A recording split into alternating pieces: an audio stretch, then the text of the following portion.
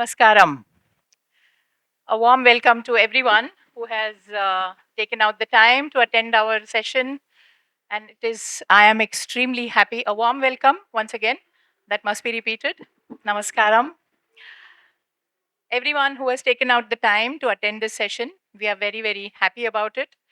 Of course, the highlight is the release of this translation into Malayalam by my colleague, friend Babu Thaliath. So, Ingo Schulze was the author, introduced briefly by our host. He is born in Dresden, so that is important for some of the questions that will follow later on. And with a very strong philological training, which is also important for the discussion on the book, and his initiation into the world of theater. He was arts advisor at the State Theater of Altenburg. I feel all these aspects somehow merge as the writer develops his real passion for writing, because all this plays a role. It was mentioned, I was very happy that the debut book, 33 Moments of Glück, Happiness, was his debut work published in 1995, and which was based on his experiences in St. Petersburg. And he is currently the very, very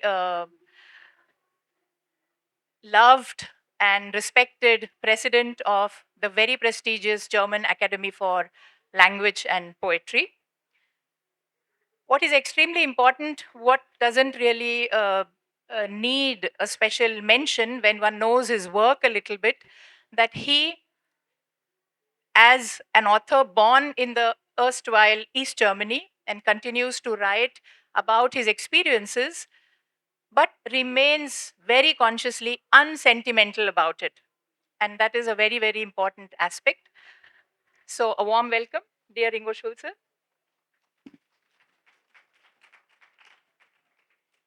And the book, the Malayalam translation is, the cover is already on the screen. It is in German, Die rechtschaffenen Mörder. In English, The Righteous Murderers. And in Malayalam, how was it, Babu? Nitiman Marai Khadaga. I have tried my best.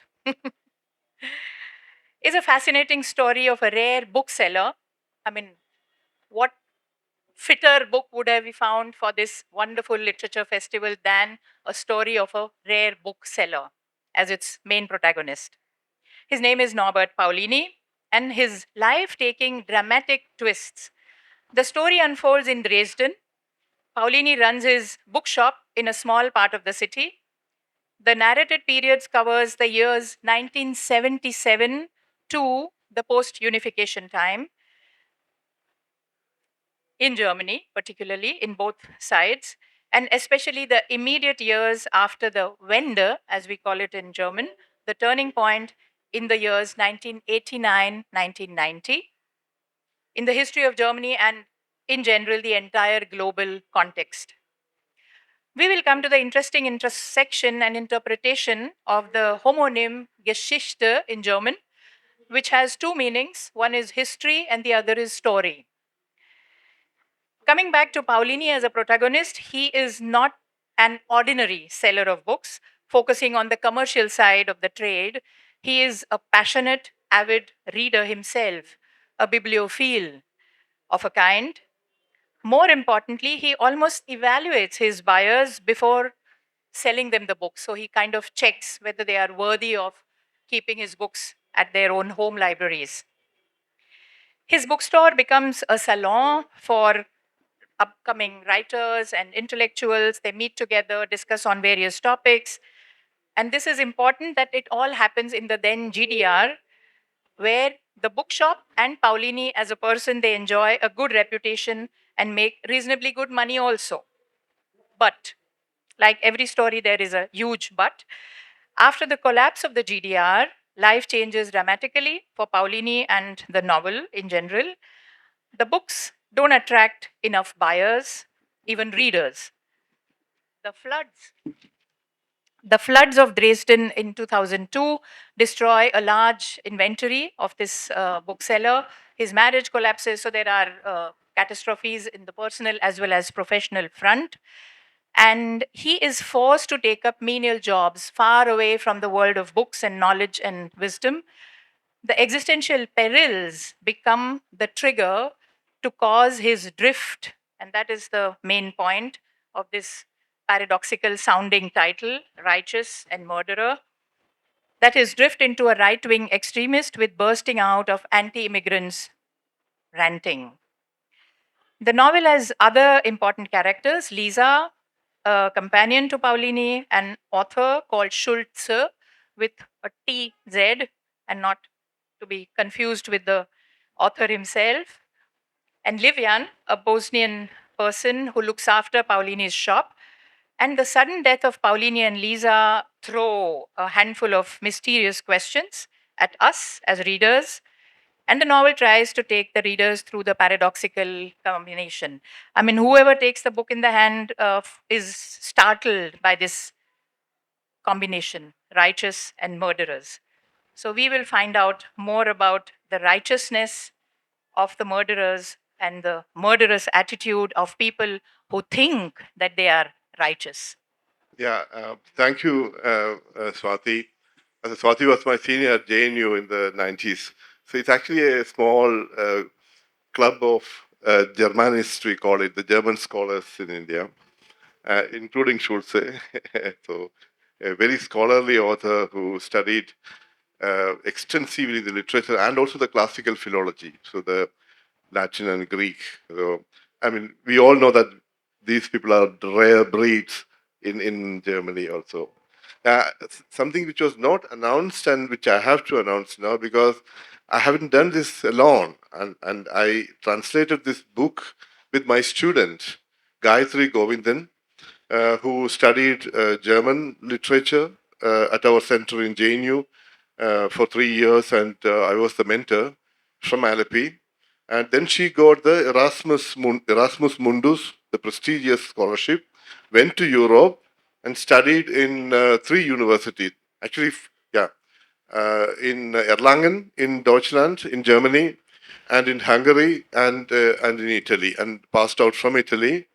And currently, and I mean, she should have been here. She cannot because she got a PhD position in Helsinki. So she's currently doing a PhD at the University of Helsinki. And so we both translated it and then edited it together. So Swati has introduced the book. So what I do now is we will read from the first chapter just to get a feel. That the Ingo will read in German, so at least for those who know German, that's not a problem. But for others to get a feel of the language, because I remember in the first day there was a session by Sundar Sarukai. He was saying, for translation, the sound is the most important thing. The sound, how the language sounds, and even translation. I use that. Then I must say this book is in German say ein Fundgrub. Yeah, I mean it contains all the German authors, European and the Greek and all. So it's in a way an introduction to these authors to the Malayali readers. Yeah, and this I find very interesting and very important because as compared to Latin American literature or Spanish literature or Russian literature, German literature is not really known to the Malayali public. They know Thomas Mann, they know Rilke, Nietzsche, Hesse in any case, but beyond that, the other authors are not really known. So I would request now Ingo Schulze to read from the first chapter, the capital Eins. Yeah.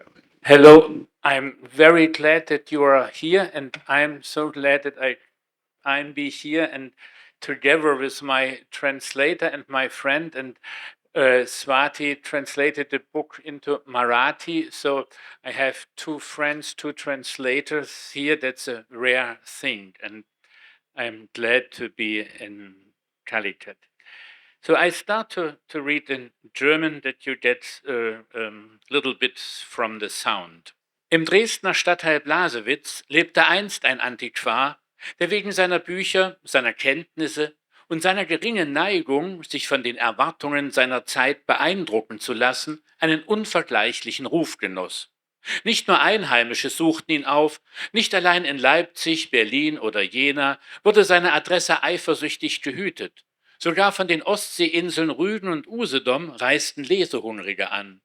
Sie nahmen stundenlange Zug- oder Autofahrten in Kauf, schliefen auf Luftmatratzen bei Freunden oder ertrugen billige Quartiere, nur um am folgenden Tag, Punkt 10, ihre Entdeckungsreise zu beginnen, die, unterbrochen von einer zweistündigen Mittagspause, bis 18 Uhr währte, mitunter aber auch bis in die Nacht.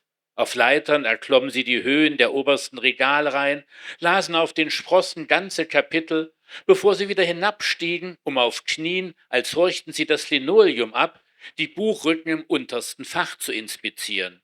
Gerade in den extremen Zonen vermuteten die Suchenden jene Werke, die ihnen zum Mittelpunkt der Welt werden könnten. Andere Antiquariate verfügten vielleicht über ein breiteres Angebot mit mehr Raritäten in größeren Räumen. Doch wer nach Dresden-Blasewitz in die Brucknerstraße kam, das eiserne Gartentor aufschob, an Hecken und Mülltonnen vorbei die Haustür erreichte, den weißen, wackligen Knopf neben dem Schild Antiquariat drückte, sich geduldete, bis die Tür mit einem Klack aufsprang und endlich die aluminiumhelle Klingel mit der Aufschrift Bitte drehen betätigte, erstrebte mehr, nämlich Einlass in das Reich des berühmten Antiquars Norbert Paulini. Yeah, now, as I told you, see, the translation process was not easy for us. Out of two reasons. One, I translated Jenny Erpenbeck last year, Kairos, and she was here. Both Ingo Schulze and Jenny Erpenbeck, they play with the language, yeah, and sometimes a bit fragmented syntax, long sentences also. But in the end, we found out, both Gayatri and I, it was translatable very well, yeah, and it actually for us it reads better in Malayalam also. So anyway, that's my perception, and so it introduces lots of books. See, when you read this novel, you have the feeling, and both Malayali and the German or anyone, you are in an antiquariat, yeah. So in a bookshop where you find the rare works of literature and the world literature and the German literature in particular, and someone who was so passionate about collecting this, keeping this, and also selling this. So there's a lot of reference to the ethics of collecting the books and preserving the books and also selling the books also. So I'll read what the Malayalam version of what he has read now, and I think you will notice what I have said, yeah, somehow. And but we tried our best to transcribe. Yeah. ദ്രെസ്ഡനിലെ ബ്ലാസവിറ്റ്സ് എന്ന നഗരഭാഗത്ത് ഒരിക്കൽ ഒരു പുരാവസ്തു വ്യാപാരി തന്റെ പുസ്തകങ്ങളും അറിവും എന്നാൽ തന്റെ കാലഘട്ടത്തിന്റെ പ്രതീക്ഷകൾക്കനുസൃതമായി ആകർഷനാകാനുള്ള വിരക്തിയും കൊണ്ട് സമാനതകളില്ലാത്ത പ്രശസ്തി ആസ്വദിച്ചു. നാട്ടുകാർ മാത്രമല്ല അദ്ദേഹത്തെ അന്വേഷിച്ചത്. ലൈപ്സിഗ്, ബെർലിൻ, യേന എന്നിവിടങ്ങളിൽ മാത്രമല്ല അദ്ദേഹത്തിന്റെ വിലാസം അസൂയയോടെ കാത്തു സൂക്ഷിക്കപ്പെട്ടത്. വായനയോട് അതീവ അഭിനിവേശമുള്ളവർ ബാൾട്ടിക് കടൽ ദ്വീപുകളായ റുഗൻ, യുസെഡോം എന്നിവിടങ്ങളിൽ നിന്ന് പോലും യാത്ര ചെയ്തു. മണിക്കൂറുകൾ നീണ്ട ട്രെയിൻ യാത്ര അല്ലെങ്കിൽ കാർ യാത്രകൾ തരണം ചെയ്തു. അടുത്ത ദിവസം കൃത്യം 10 മണിക്ക് പരിവേഷണ യാത്ര ആരംഭിക്കാൻ വേണ്ടി സുഹൃത്തുക്കളുടെ വീടുകളിൽ വായു നിറച്ച മെത്തകളിൽ ഉറങ്ങി, അല്ലെങ്കിൽ വില കുറഞ്ഞ താമസ സൗകര്യങ്ങളുമായി പൊരുത്തപ്പെട്ടു. 2 മണിക്കൂർ ഉച്ചഭക്ഷണ ഇടവേളയിൽ മാത്രം തടസ്സപ്പെട്ട ഈ യാത്ര വൈകുന്നേരം 6 മണി വരെ തുടർന്നു, ചിലപ്പോൾ രാത്രി വരെ. അവർ ഷെൽഫുകളുടെ മുകളിലെ നിരകളിലേക്ക് ഗോവണി കയറി, പടികളിൽ ചവിട്ടി നിന്ന് മുഴുവൻ അധ്യായങ്ങളും വായിച്ചു. വീണ്ടും ഇറങ്ങി ലിനോലിയം കേൾക്കുന്നത് പോലെ മുട്ടുകുത്തി നിന്ന് പുസ്തകങ്ങളുടെ അഗ്രഭാഗം പരിശോധിക്കാൻ തുടങ്ങി. അവരുടെ ലോകത്തിന്റെ കേന്ദ്രമായി മാറാൻ സാധ്യതയുള്ള കൃതികളെ പരിവേഷകർ സംശയിച്ചത് കൃത്യമായ തീവ്ര മേഖലകളിലാണ്. മറ്റ് പുരാതന പുസ്തകശാലകൾക്ക് വിശാലമായ ശ്രേണികൾ ഉണ്ടായിരിക്കാം. വലിയ മുറികളിൽ കൂടുതൽ അപൂർവതകൾ ഉണ്ടായിരിക്കാം. എന്നാൽ ദ്രെസൻ ബ്ലാസവിറ്റ്സിലെ ബ്രൂക്കൽ തെരുവിൽ നിന്ന് ഇരുമ്പ് ഗാർഡൻ ഗേറ്റ് തള്ളിത്തുറന്ന് വേലികളും മാലിന്യകുമാർകളും കടന്ന് മുൻവാതിലിലേക്ക് നടന്ന് ആന്റിക്വേറിയൻ ബുക്ക് സ്റ്റോർ എന്ന ബോർഡിനടുത്തുള്ള വെളുത്തതും ഇളകുന്നതുമായ ബട്ടൺ അമർത്തി വാതിൽ തുറക്കുന്നതുവരെ ക്ഷമയോടെ കാത്തിരുന്ന് ഒന്നാം നിലയിലേക്കുള്ള മണൽക്കൽ പടികൾ കയറി ഒടുവിൽ ദയവായി തിരിയുക എന്നെഴുതിയ തിളക്കമുള്ള അലുമിനിയം മണിയിൽ അമർത്തി ഏതൊരാളും കൂടുതൽ മുമ്പോട്ട് പോകുവാൻ പരിശ്രമിച്ചിരുന്നു. So this is one sentence, and this is possible in the old Malayalam of C.V. Raman Pillai and and all Chandu Menon and the Thomas Mann. Yeah, but this is of a different syntax in any way. പ്രശസ്ത പുരാവസ്തു ഗവേഷകനായ Norbert പൗളിനിയുടെ സാമ്രാജ്യത്തിലേക്കുള്ള പ്രവേശനം. Yeah, now we move into a few questions. And first, I want to ask a general question very much. Yeah. Ingo Schulze, you also belong to the generation of post-unification or pre-unification, whatever. Yeah, it has produced many stellar writers like Christa Wolf, the geteilte Himmel, for example, and Volker Braun, and Heine Müller, and Jenny Erpenbeck. Yeah, how would you see your works and like this? Yeah, in some way distinct from the others. I'm coming from a country which never exists anymore, and so you grew up under circumstances they are totally different to your present, and for me it's very interesting to compare these two different experiences in life or in organization or society, and if you can compare, you can better discover how your present world works.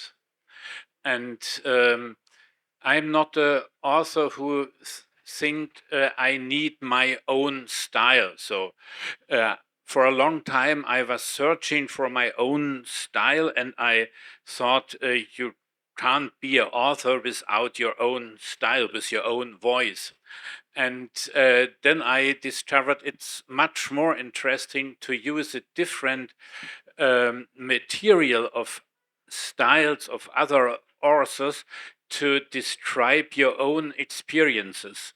So my first book is a lot of different styles, and every book I think is different from another.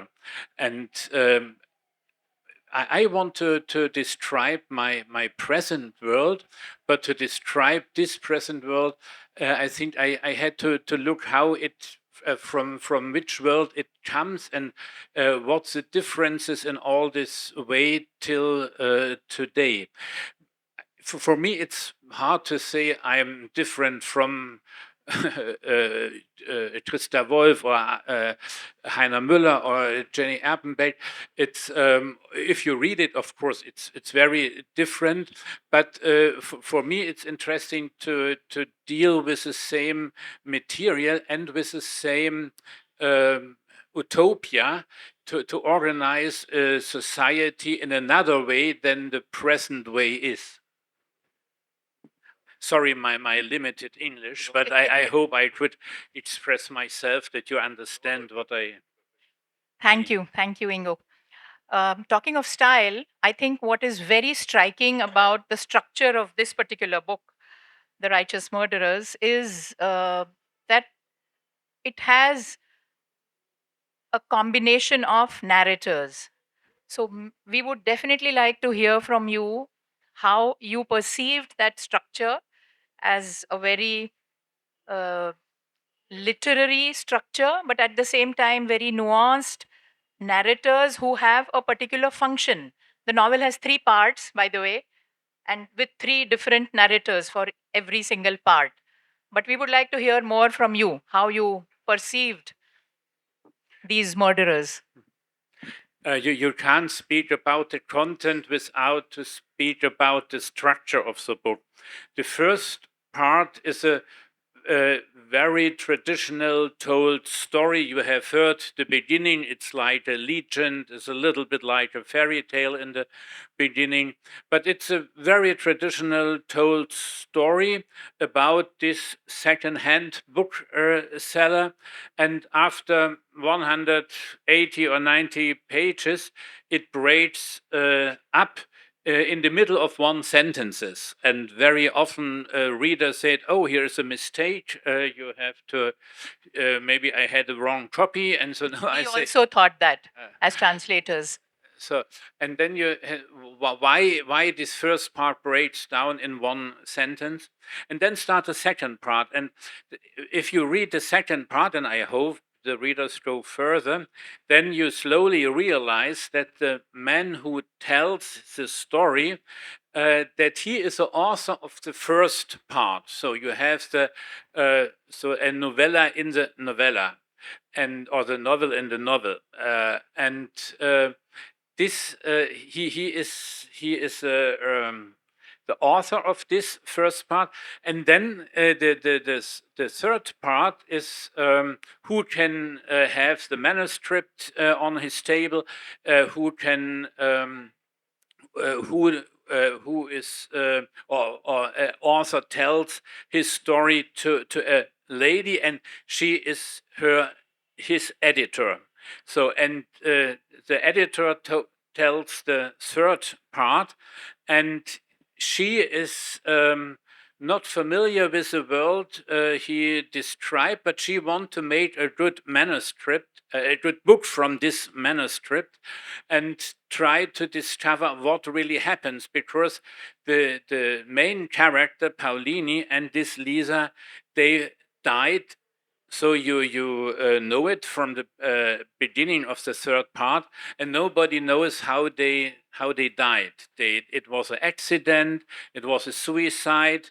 They were murdered, and she wants to find out what happens there, and she wants to make a good book from this manuscript. And slowly, she had to find out that her author, that has a very similar name to me, Schulze, could be a murder.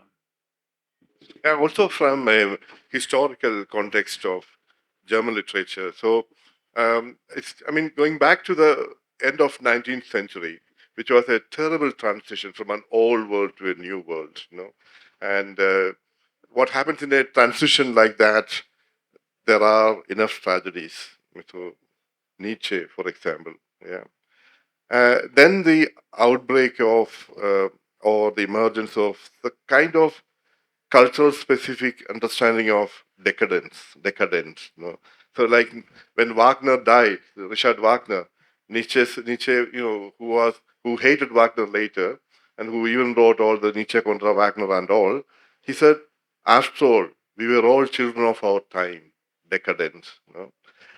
When I project that into your work, with a Mauerfall, and Paulini as a figure, when I was translating that, I had that feeling, someone who, in a very positive way, plays that decadence in some way, and who is also conscious of that. And the theme of this discussion is despair and extremism. So I don't want to contextualize extremism in a politically. I would say death is the extremist thing, the death. So heading to the death in some way. So how would you see that this 20th century form of decadence?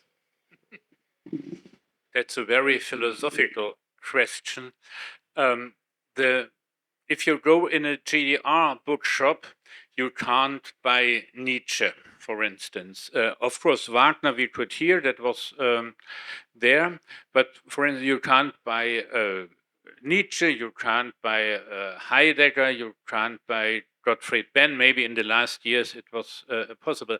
But if you went to a second-hand bookshop, you could, if you have luck and you know some of these booksellers, you can get this book. So the second-hand bookstore was much more interesting than a normal bookstore with all these new books. It was also interesting because every book changed the situation in the country, because every book was official, and you have a lot of arguments sometimes if a new book came out, and you have more arguments, more how to say, visions for the society, and you think the playground of your own possibilities goes wider and wider.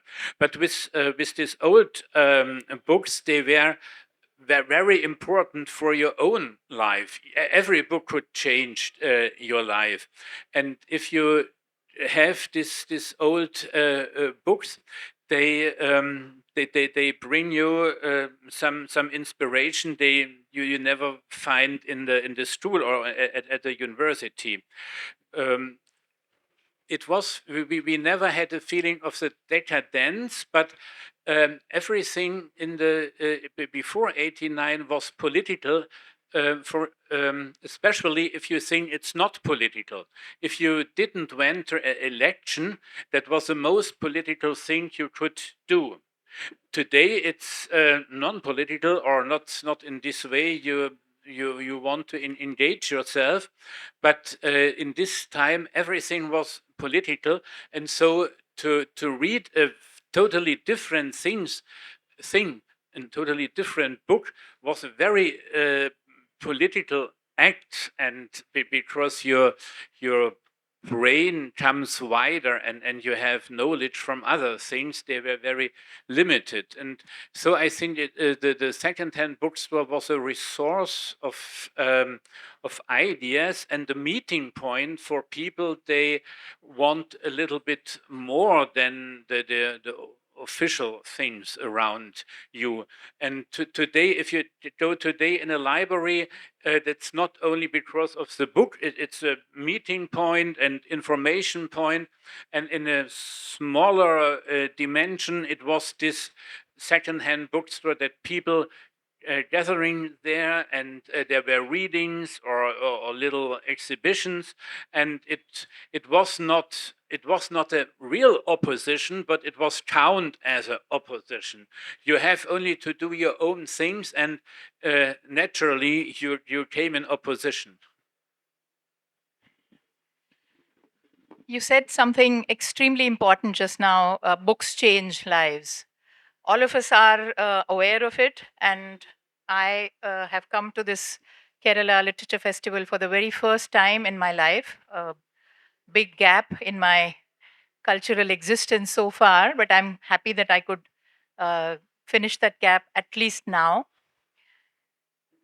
And also the political act part. I think each one of us does something political, whether we are aware of it or not, whether it is intended or not.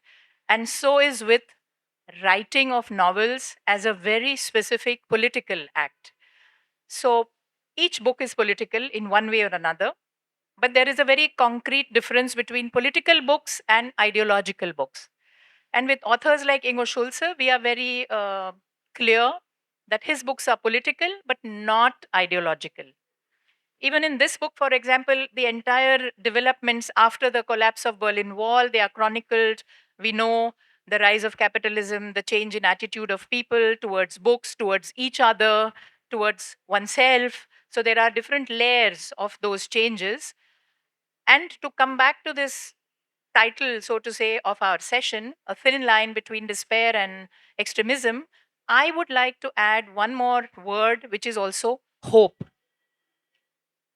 I would like to ask you now to choose this site of a rare bookshop and the protagonist as being a passionate book reader, and the very, very specifically introduced character of a Bosnian person who later on looks after the bookshop as if it was his own child. And the book ends with a sentence by the editor who visits him, the proofreader. She says, I wanted to let this Bosnian man know, his name is Livnak, that he is not alone. So, on one hand, we have this extremism coming out in various shapes and forms, whether it is that anti-migrant attitudes, or there are so many versions these days. And in one way, the book is global. In India, we know that this topic of extremism arises in daily forms and shapes in one way or another. So, do you want to indicate that there is actually hope, whether in the form of books or in the form we receive books and then change our lives? I think if I have to speak about literature, I speak as a reader. And why I read a book, it's very similar to the question why I try to write a book. And if I want to read a book, then there are a lot of things I want to have a good time and so on. But the main thing is that I'm searching for some experiences with I'm not alone. Everybody has experiences and things are maybe only me so strange. And then you read a book and say, oh, I'm not alone. I find a lot of experiences there. I thought I'm the only one with these strange things. I have to fight with this. And the other thing is that I want to be a little bit irritated by my view to the world. That the book gives me the opportunity to change my view or to rethink about things they were for me very normal, but for other people they are not normal. And I can't speak about identity without speaking relationship. There is no I without you. So I consist of many relationships, and I speak to you in a little bit different way than to Babu or to my mother or to my wife or to my daughters. So it depends on the relation between 2 or 3 or 1,000 people. And I try to not only to tell a story, it's not so easy to tell a good stories, but on the other hand, the world is full of good stories. But the question is why an author or a lady or a man tells a story, why now and why me or why the public, and what's behind this story. And so it was for me interesting to tell a story and then to write about the author, why he wrote this story. And in the end, I think it came out as a question: who is allowed to write stories and who is allowed to write history? So this, I think it's very connected, history and story. And of course, history writing is very important and we need it, but I prefer to understand really history. You have to read stories, novel. You need art, you need painting, you need the music of this time. Then you understand much more about this time. And if it is literature, then you have always the meaning it speaks to me. Also, if it is 200 or 500 years in the past or on another continent or whatever. And so my hope is that, as a reader, I take hope from my reading if I find this that I'm not alone, and there is somebody searching for who tells the story, and we are all human, and we are all very similar, and of course we are different. And this both things I want to find in a book, and so I try to put it in my books. Yeah, I'm first a short follow-up of what we have discussed earlier, because Paulini is a constant reference of Prinz Vogelfrei. It's from Die fröhliche Wissenschaft de la Gerscientia from Nietzsche. And I was so surprised, I didn't know that Nietzsche was not read in this, earlier. Well, we all know that very well, this Freigeist and the poems of Nietzsche. But what I want to ask you is, even with Nietzsche, Goethe, Hölderlin, Thomas Mann, and many other authors, this striving for the past, how to grab that what was lost in the present. For Nietzsche, obviously a classical philologian like you, from the Greek literature, and also his closest Jakob Burckhardt, was a great Renaissance researcher. And I know you can add Novalis and Schiller and all. Yeah, this passion for the medieval Christian world, Thomas Mann, for example. Now with Paulny has materialized that. I mean, he has an antiquariat surrounded by all this past. Yeah. So, and also throughout the novel, there's a problem with Paulny that the domicile, the Wohnung. Yeah. Yeah. Where is his house actually? Yeah. Well, in German we say, ich bin zu Hause here. So obviously for Paulny it was the antiquariat, which he lost in the end. And also he had to change houses and all these things. So I find this, and even after the unification of Germany, what could have connected both these historically separated parts of Germany? I would say literature and the past, philosophy and all, But that was completely a mistake. That was ignored.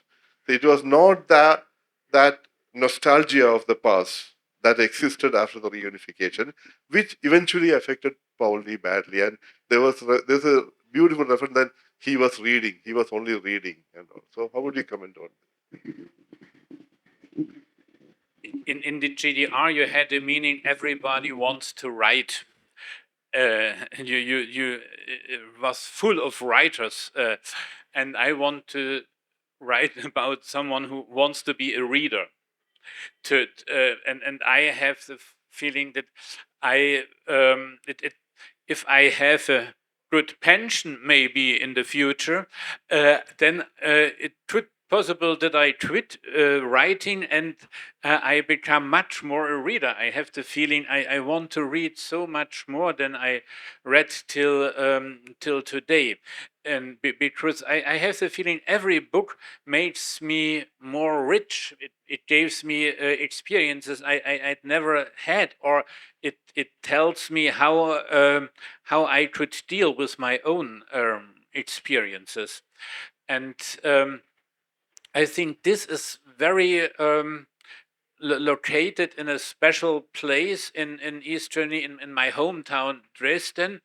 And of course, this kind of bookshop could be also in another city of East Germany, but Dresden has a special atmosphere. It's not so easy to describe, and it looks in another way today than if you live in this time before. And it was destroyed in 45, and so you have once this big gap between 45 and the time after that, and you have this big gap 89 and after that, and every book, every life looks different with this new experiences. I'm not sure if I'm answer of your question in the right way, but for me, every book is an inspiration as a writer, but especially as a human being. I think we need literature to speak with each other, to explain things we can't explain in a dialogue or in a scientific world. No, why I said that, Umberto Eco said clearly that even if you are not reading again, you should be with the presence of the book. The presence of the book, that's very important. That's why I just mentioned. Yes, very much. Books connect, books build bridges. And it has been mentioned a couple of times now that there are references to so many German icons. I mean, they are really iconic names. And one refers to them again and again, either through Paulini's readings, or there are dialogues between Paulini and his fellow readers, or there is one more upcoming author who's writing about it. So there is Novalis coming in, Nietzsche coming in, Kafka coming in, Brecht coming in. So I have a question for Babu. I know Kerala has a rich, rich tradition and legacy of reading and literature and familiarity with books. And we are extremely proud of Kerala for that. And we take example of Kerala in other parts of India. How was it for you as a translator to, was it enough just to mention the names, or sometimes did you have to add an explanatory sentence here or there? I mean, Goethe, Nietzsche, Kafka, Brecht, they are icons, they are global icons. But what did you do with Theodor Fontane, Hans Henny Jahnn, or others? How did you manage and navigate the No, translation process? I admit that's a major challenge. In fact, I asked the publisher, DC Books, should I add footnotes? See, academical habit. No, no footnotes. It's a novel. Yeah. Then I thought maybe because I know my folk, so the Malayalis, they have a curiosity of names and words which they don't know. I'm sure they are going to search for it. I'm sure. Yeah.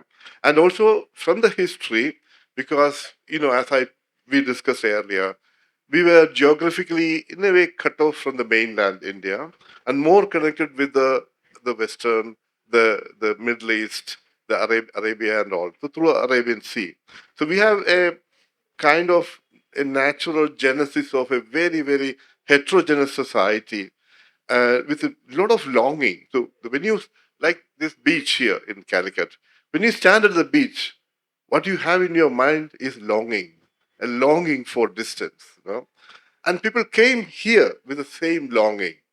Even Columbus wanted to reach somewhere near Kapad, that is a port city, and finally Vasco da Gama made it. Okay, what happened afterwards is a different story. But and we have, the language has lots of words from Portuguese and Arabic, yeah, and it's a kind of uh, mix of everything. So with that, I would say, and particularly to answer your question, my understanding was German literature is not adequately introduced in Malayalam. That's one problem because when I was young in the schools, everybody knew Neruda, for example. Yeah, because of Sachidanandan, who translated all these poets into Malayalam, Octavio Paz, and Borges was very, very well known, and Lorca was like a god. Yeah, so Spanish literature is well known here, and Russian literature. So we have a Soviet Cultural Center in Trivandrum, and you name it, Chekhov, Gogol, Dostoevsky, and Sholokov, and Mayakovsky, and all these things, but not German literature. And I think only one work of, no, only Magic Mountain and Getauft at the Köpfe, no, Mati Vecha Talagal, that is from Thomas Mann, and Hesse is popular, and there's no translation of Nietzsche or anything. No Goethe, no Schiller. I don't know, they haven't heard the name of Schiller here. Yeah. To be very frank. Hölderlin, no? Yeah. So I'm really interested in translating Hölderlin, I can tell you. So because of this void, I'm sure the readers will find, as I told you, a fun group, a treasury of authors and works, and not just German, and also across Europe. So I'm confident, I'm optimistic. I hope there are young and ambitious publishers sitting here who take note of this and encourage translations of German literature into Malayalam.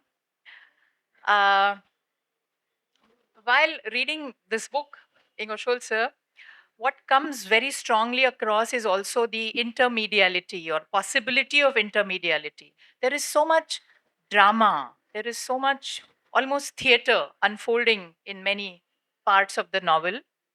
And you have been very active in the initial phase of your career as a theater enthusiast. You were arts advisor in Altenburg. Would you like to share the theatrical adaptations of this novel? I'm aware that there are some, but we don't have the details here. So, would you like to maybe share some of it? And whenever you experienced, when you were there in those performances, what was it for you like to compare the two media, theater on one hand and literature as a printed book on the other? I'm a man, or I'm a writer who is thinking in prose.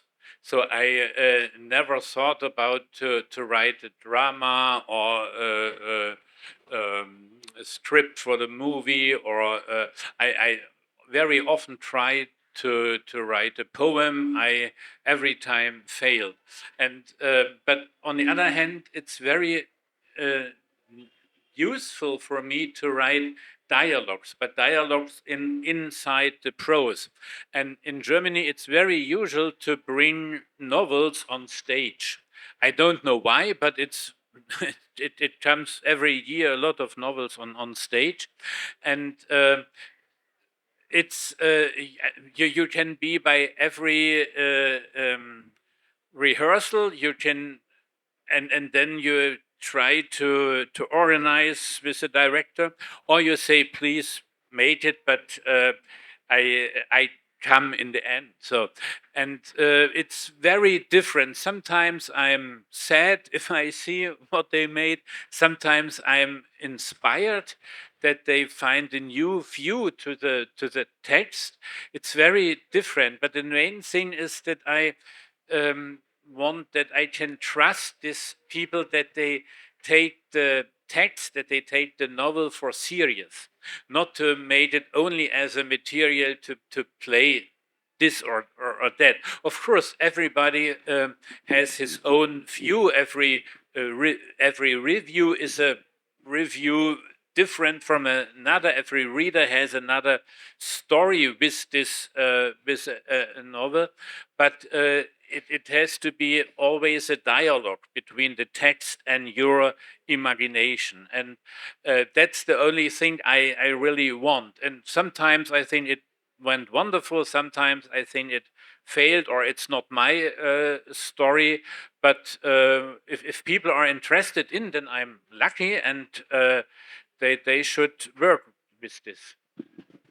Yeah, before we conclude this, but I don't want to miss this point. We have already discussed, at the hotel about that how you take the readers into a journey. Yeah, it's really a moving, like in the sense that the landscape, the Saxon Switzerland. So there is a clear, going up from the Elbe, which is the river Elbe flowing through Dresden, and to these mountains and to the heights. And with the heights plays a very important role in this novel. Yeah. And this I really enjoyed as a translator and also as a student. I was a student there when the Elbe flood, that flooding of Elbe happened, and the 2003 summer also, so you mentioned, which is very unique about your writing, that how you describe this nature, this landscape, and especially the heights where the tragic incident happened in the end.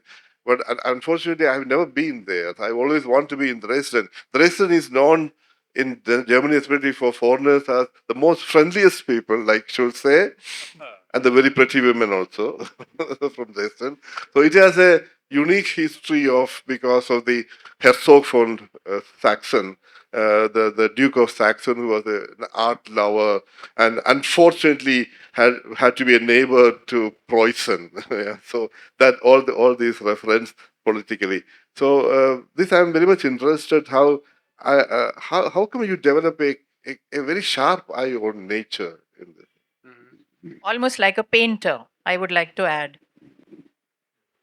I'm not sure if you know Caspar David Friedrich, is this well-known painter from the 19th century, and he painted a lot or he lived in Dresden and painted a lot in the countryside and in the city.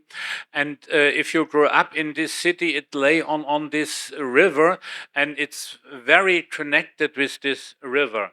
And there are little or mountains on both sides of the river, and that's why I think that I hope, and your questions are a sign for me that maybe I didn't fail, that this surroundings comes into this, right, into everything, because you know, it's near Prague, and you have all these stories about Prague. It's near the last city of Casanova, and so on. It's so full of history.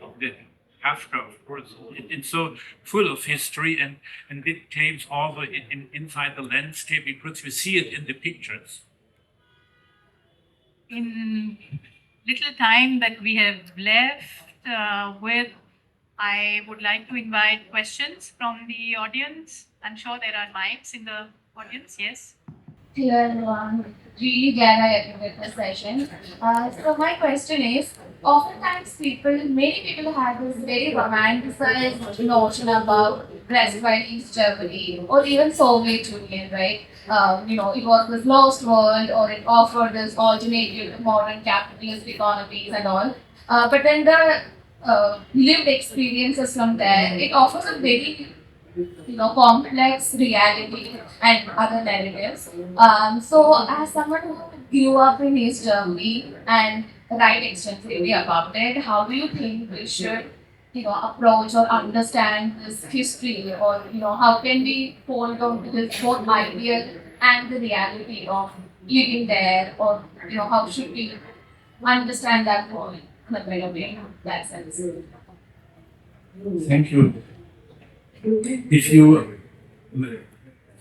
you were born in 62, like me in Dresden, or maybe in a West German city, you have different normality. You grew up with different normalities, and after 89, you learned a new world, and you are glad to learn this and to go in the world.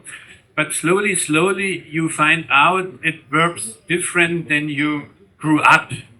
And so till today, you have, but I think that's very normal. If you grew up in Argentina and come to India, so you have always special differences between the world here and the world in your mind or in your memory. And I think that's, it's an advantage to have view also a little bit from outside. If you are you live inside the world, but you have always an experience from outside. That's why we are traveling. I think the most important moment of traveling is coming home, because you have all these new experiences, and you come home and you see your own world different.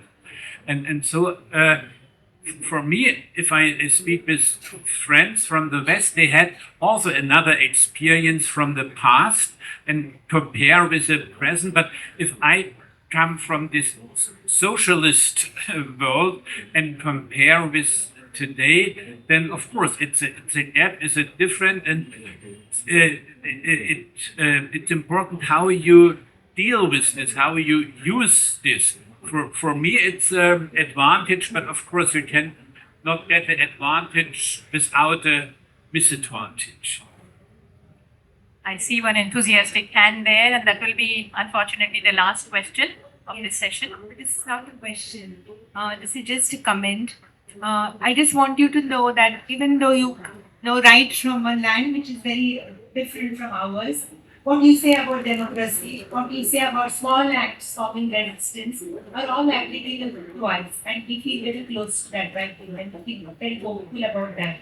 And also in your style, I think it comes from theatre, kind of the thing where you come out of it and it's the author. Even in your short story, you say the whole, there is an author, and often he speaks in the first person.